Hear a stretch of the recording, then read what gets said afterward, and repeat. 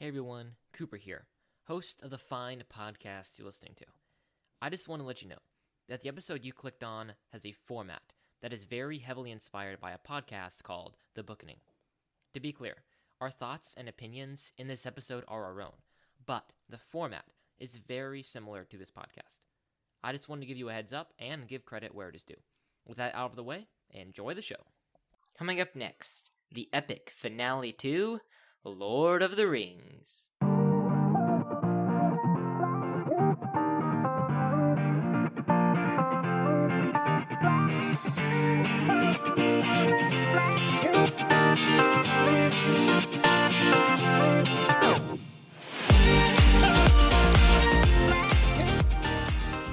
Hey everybody, and welcome back to Booking It. I am, of course, your humble and eloquent host, Mr. Cooper Cobbs, and I am joined today by my two good friends, Matthew Killingsworth. Howdy. And Isaiah Radetzky. Hello. And just for the audience, I do have more than two good friends, but these are some of them. Anyway, here we are today, and as of today, it is now September. We were out of August, but it still feels like August, so it's not much of a difference. Yeah, weather-wise, it does still feel like August. Weather-wise, yeah. Well, everybody's back into our extracurricular activities. Matthew's got football, I've got speech and debate, Isaiah's got sitting on the couch. So those going for you? Basically. Sorry. That's kind of what it is, though. Yeah, that's true. So, are you doing some coding? Well, no, I am doing coding, I would yes. take a day on the couch right now. Yeah, I know. Me and Matthew are hard workers. Real quick, though. As in, like, work. How has speech and debate been going so far? So it starts in 2 weeks, but I've had several camps. So I've had extemporaneous speaking, which is speaking on current cultural and political events. Camp was a week ago, and then debate camp was a few weeks ago. And that's been good, and I'm really pumped. I've already started writing some of my speeches, so... Wow, you must be pumped. I'm just giddy. You know who else is giddy? It's Matthew, because we're talking about Lord of the Rings. So Matthew... Different kind of giddy. Yeah, it's been like 1 month since we recorded the Lord of the Rings episode. And I think it's been a little bit more than that since you have. So, I want your hot take. You finished the book. So. Yep. I did. Hot take. I'm not reading it again. I honestly, not that much. I'm sorry. I know you really thought I would, but. Really? Yeah. Did you think that I really thought you were going to like it? I thought so. Like, I thought that's why. I thought it was a whole thing. You were like, keep reading it. You're gonna love it. Once you finish the whole thing, you're honestly. Maybe. Okay, I don't want to talk about the ending right now. We'll talk about it in a second. But I was a little bit disappointed. Oh, what if I said I was disappointed at the ending of Harry Potter, Matthew? You were? Maybe. I mean, you're entitled to your own opinion, but I know you weren't. Well, we'll see.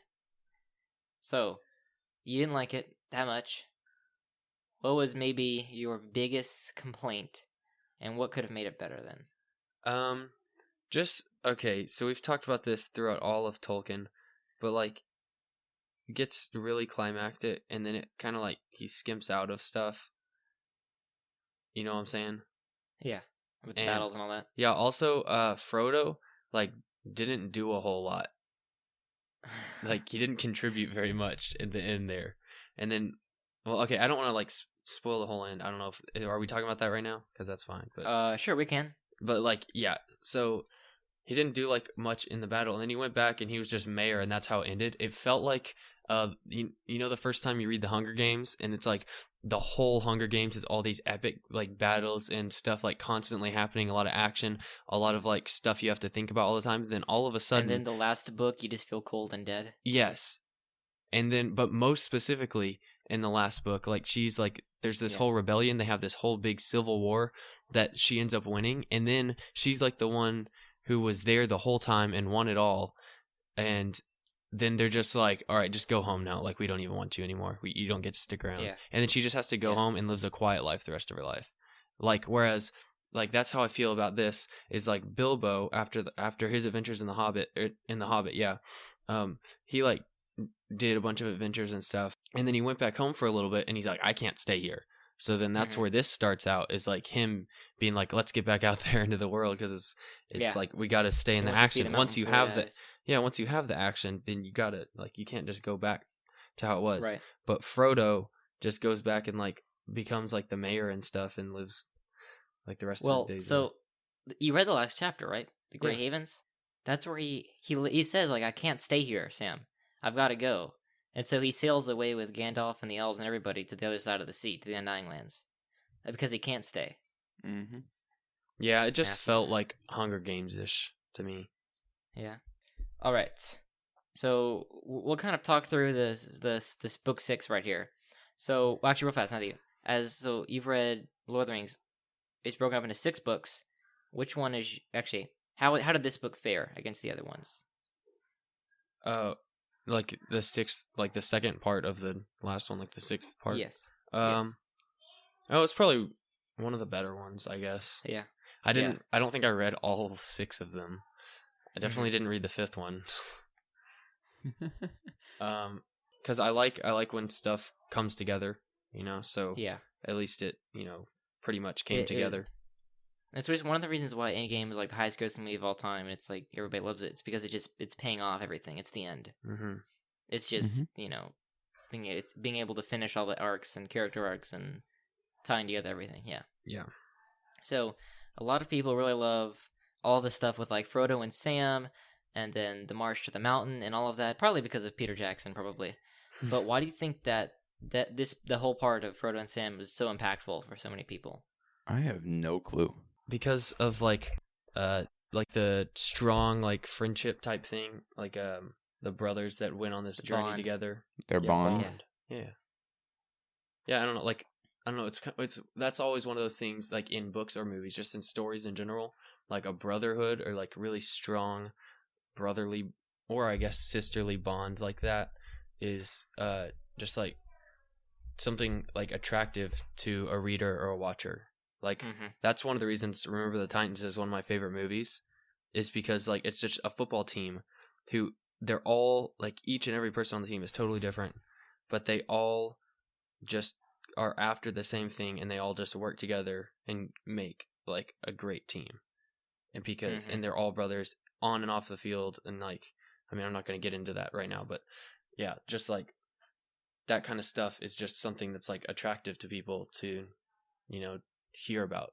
So it's good in a story, and that's probably why it's impactful. Isaiah? I already said I really didn't know, because for me it was all the fighting stuff.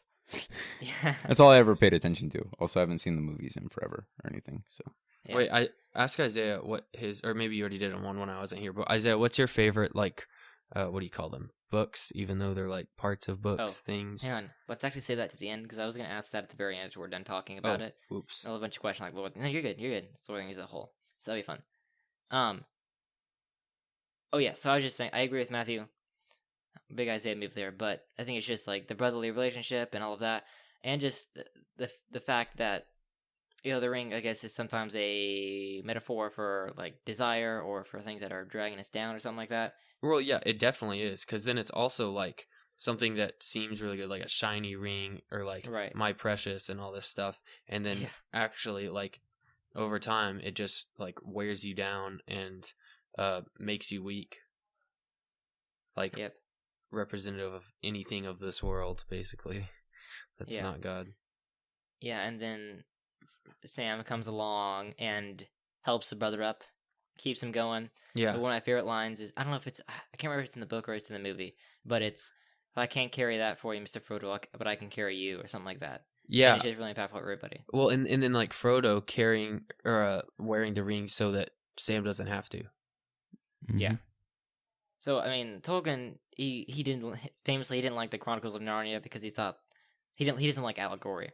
And so in Lord of the Rings, there is not really a lot of allegory per se, but his Christian, his Catholic or whatever Christian faith comes through with just messages like that and everything like that. So, Matthew, you said that it felt kind of anticlimactic. Is that what you would say? Kind of after. Yeah, sure. Spoiler: Frodo throws the ring in the fire.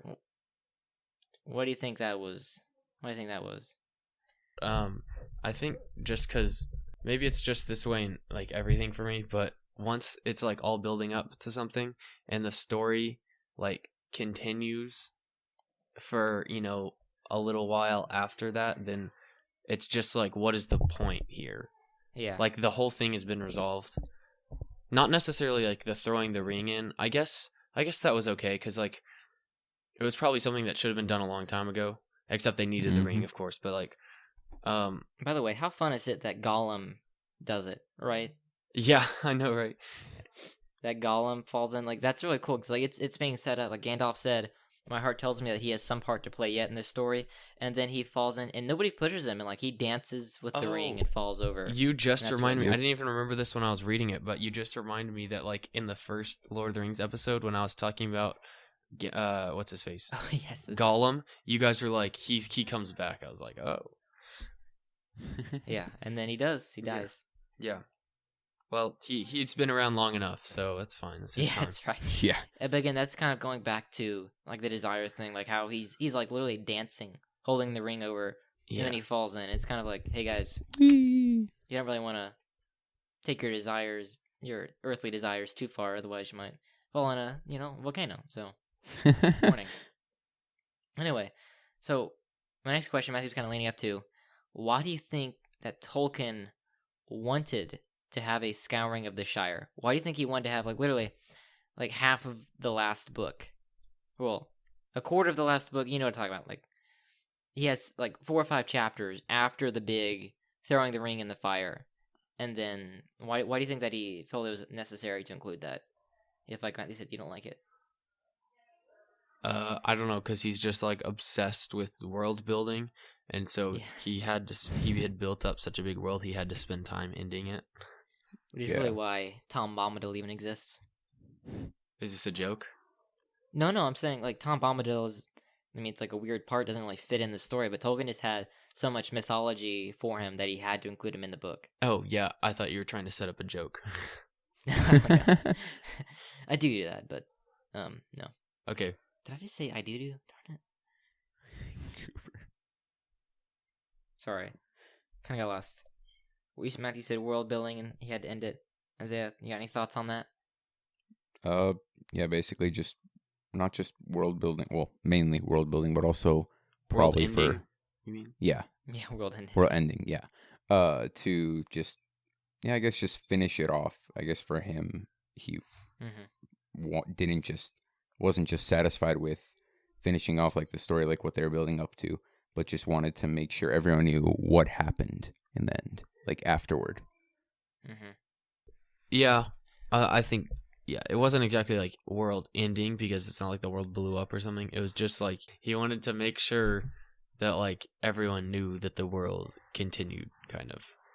Yeah. And for me, I feel like this is where I hinted earlier that I said I didn't like the ending of Harry Potter. I do like the ending of Harry Potter, but I have some caveats with it. So Tolkien, I guess, just thought that the story wasn't over, that he had several people that needed to like resolve in the end. So you obviously had Saruman, who the movies, except in the extended editions, don't do anything with. Like basically he's locked in Isengard and then is forgotten about. But like Saruman has to be ended. And then also Frodo, like I mentioned earlier, he has to be... You have to show him after the battle and realize that he can't really live in this world. Like the injury and the ring, everything that's happened, he can't stay in this world. And so I think that Tolkien thought that I have to finish this. I have to show him what it's like after the big battle and stuff like that. So with Harry Potter, I mean, okay, well, maybe a little bit of spoiler alert for Harry Potter, but at the end, Harry Potter in the epilogue, is so good. I don't even know what you're talking about. Harry Potter at the end, they have the stupid epilogue, or not stupid. No, the epilogue, it's so good. Like 19 years after. Yeah. And then at the end, it's the line like, all is well, right? So first of all, that's okay. First of all, that's not even the end, because then there's Harry Potter and the Cursed Child. That's like nobody cares about that, though. I'm joking. That's okay, but I don't know what's wrong. I think the Harry Potter ending is a great ending. Well, my point is, I feel like Harry Potter doesn't lose enough. Does that mean he doesn't have to? He lost go home his parents. He lost the only other people in his life that felt like parents, like Sirius and Dumbledore. Everything like went back to normal. First of all, Sirius was his fault. Yeah, which made it worse. We'll get into this discussion later on. Oh yeah, because you know you're gonna lose. No, I'm not. I'm gonna win. Oh my goodness. But also, in Lord of the Rings, Frodo, like he's he can't stay. He has to go. He's lost. And lost. I'm not using as like material, but like he's got a burden that he still has to carry, and so he has to leave. If that makes sense. I wasn't arguing that at all. I know, but I'm saying that's what Harry Potter doesn't get right. Anyway. So you're saying Harry Potter would be better if Harry left? Potter's a totally different plot. All Harry Potter wants the whole time is a family. I know, but like I'm saying, that's all he wants the whole time is a family, and that's what he gets at the end. Well, I'm saying every fantasy The story in whole a sense has series the same thing, is like, him not getting what he wants because all this other stuff keeps happening. So at the Harry's a climactic spoiled point, brat. he finally takes care of the things that are stopping him from getting the family he wants, and he gets the family he wants. And that's what the epilogue is for. He has his own family. It's amazing. So why are we talking about Harry Potter and Lord of the Rings? Because Because Cooper it's a comparison is point. trying so hard It's a comparison I know. to say but that you it's the guys are- same plot and that it's that It's not the same plot. I'm J.K. saying it's Rowling should have similar done in the exactly Guys, what Tolkien did, but that- no. But you are continuing it. You could have just let him make his thing. Yeah, maybe said Matthew, something gosh. about it, but you've been talking about it for like the last 4 minutes. Matthew just can't let go. So, in the Scouring the Shire chapter, Frodo doesn't want them to kill Saruman, and basically he's like, just let him go. So Tolkien was in World War I. Do you think that he was commentating on how much he doesn't like war here? He think it's just- he fought in World War One. Yeah, he did. Wait, for what country? Britain. Oh, I didn't know where he was from. Didn't he write this like during or right before or after World War II? Well, It was published in 1954 and 55. Wait, when was he born? Was he born in the 1800s? Probably. I'm ashamed I don't know the exact date. You failed. Bro, I didn't even know he fought in World War I, Cooper. You're good. 1892 in South Africa. Wait, was he what did he do? Like a fighter pilot or something? No, I think he was a infantryman. Oh, okay. Dude. Okay. Sorry to stray from the book. Again. So, Tolkien fought in World War I. He says here that Frodo doesn't want to kill Saruman. Is Tolkien commentating on wars, or is he just like, Frodo doesn't want any more death? I think both, partially. Wait, Frodo? Are you talking about Frodo or Tolkien?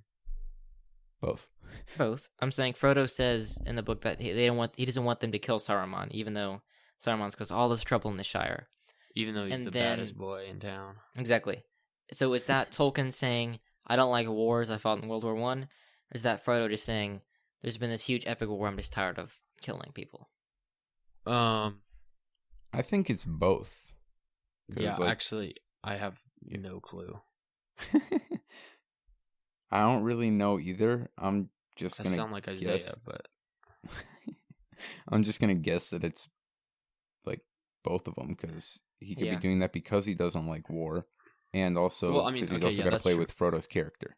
yeah, it's for sure Frodo saying that because that's what he wrote Frodo saying. But it What I'm could saying be is- because of that. Yes. Is there a correct answer that you want to share with us? No, I'm just asking. You didn't like look up the answer. I don't He know. doesn't know.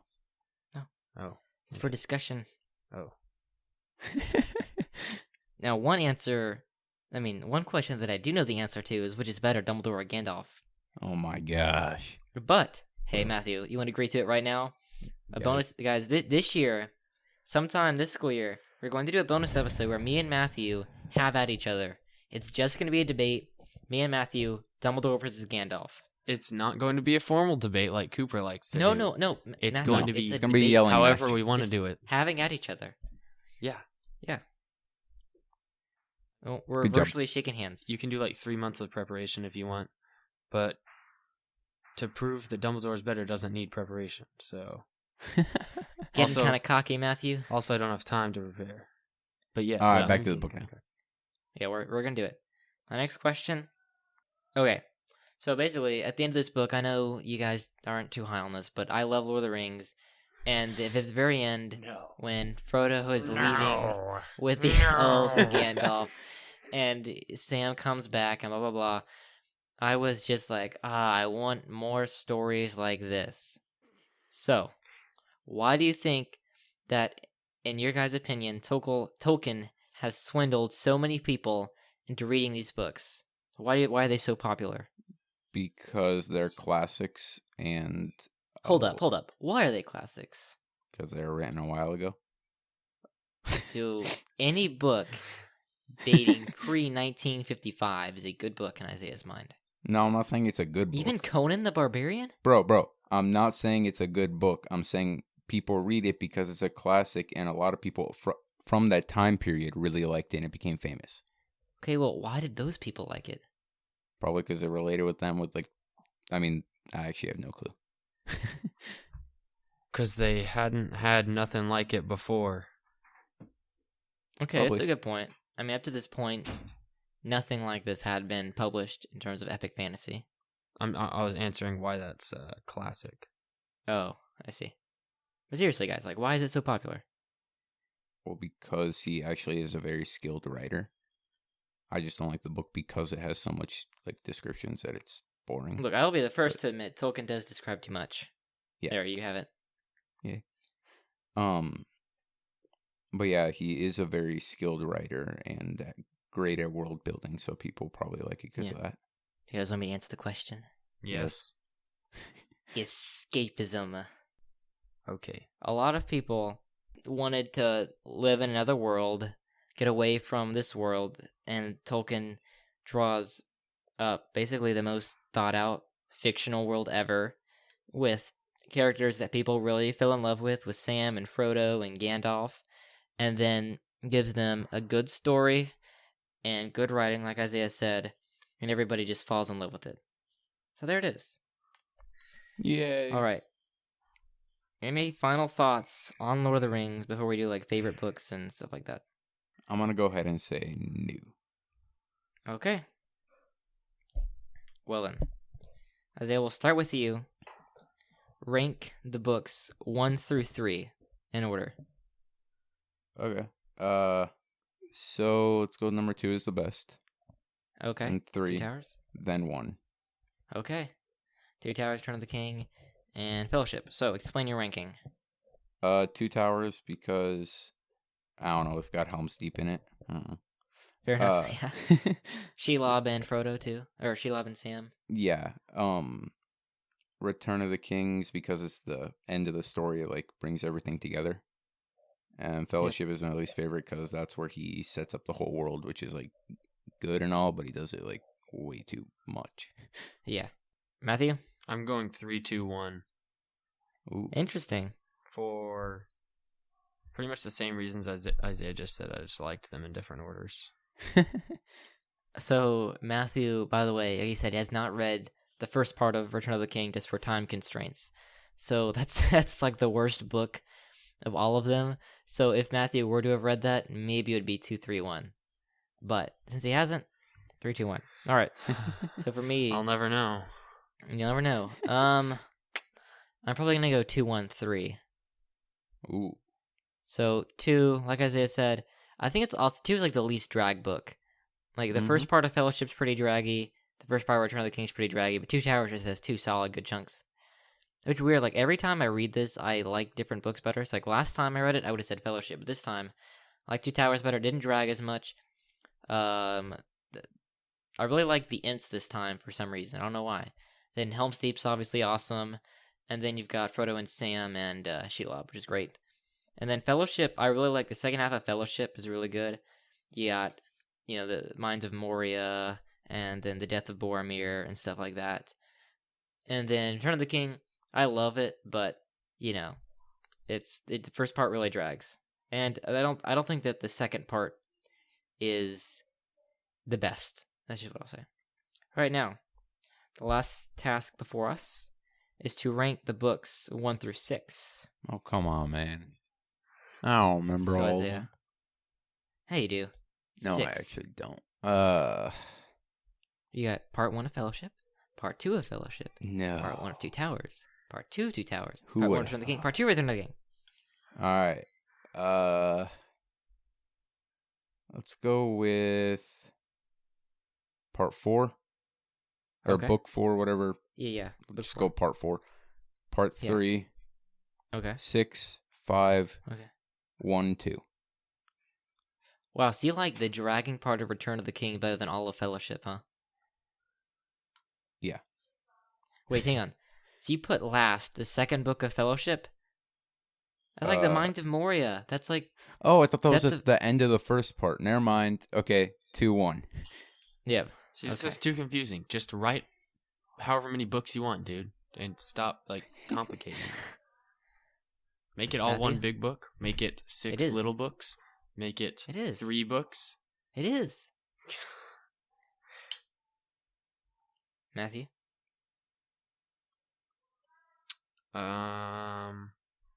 So you haven't read book 5, so you can exclude that, but...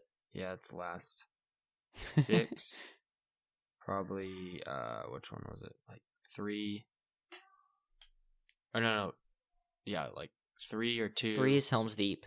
Yeah, 3, 4, 1, 2. Why are you guys putting 2 last? 2 is like the best. No, 5's last. No, I changed mine. I know, but...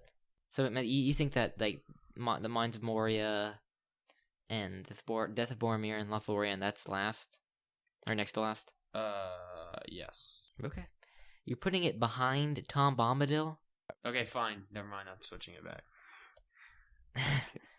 Thank you. I have trouble distinguishing the books in the books in the book. Okay. Yeah, no, Break. I get it. Your turn. I'm gonna go 2, 4, 3, 1, 6, 5. Actually, no, 6, 1, 5. So there it is. Alrighty, fellas. Okay, I was wrong. The last task is to rate Lord of the Rings. How many books out of 6 we give Lord of the Rings? Well, you said it yourself. It's only 1 book. I go with a Touché. 2. I'll go with a 5. You're only giving it a 5 out of 6, Cooper? Whoa. That's 83%. Alright, I'll give it a 5.5. I was about to do the math, but yeah, you did that fast. Well, I did on a calculator, that's why. Oh. You didn't know that off the top of your head, Cooper? Man. It's tough, man. You guys have too high expectations for me. Alright, let's do some donor shoutouts. I say the name, and then you say which fantasy novel you think this person would like best. Wela. Phantom Tollbooth. Alright, the Phantom Tollbooth. Now, Isaiah, you get your grandparents, Mike and Sylvia. Redwall. Alright, and then Matthew, Mr. and Mrs. Radsky. Yeah, definitely gonna go with The Knight's Tale. Alright, Isaiah, your Uncle Sebi. Harry Potter. Alright, Matthew, and Jenny and Uncle Sam. We're still going here, baby. Yeah, Beowulf. Alright, Isaiah, Moses. Let's go with the Land of Stories. Alright, Matthew, Zara. The Lion, the Witch, and the Wardrobe. Good. Isaiah, Chris. The Magician's Nephew. Good. Anna. Matthew. Hold on, I'm looking on the bookshelf. Prince Caspian. And last but not least, Isaiah, Emily. Voyage of Dawn Treader. Fun. Oh, that's Well, a guys- Narnia book. Yes, Matthew, it is. And movie. Everybody, guys, I'm trying to end the podcast, and you're... Thank you so much, guys, for listening to this podcast. I really appreciate the wait. We finally finished Lord of the Rings. We're on to new things. Better And things. please go to patreon.com/bookinit to support the podcast and get a donor shout out. Please leave a 5-star rating and review. And go check out our other podcast, The Screening, where we review movies. And until next... Oh, one more thing. I forgot about this. This your last week to submit questions for the Half-Centennial Celebration coming out next week. It's going to be a lot of fun. And until then... Keep on booking it.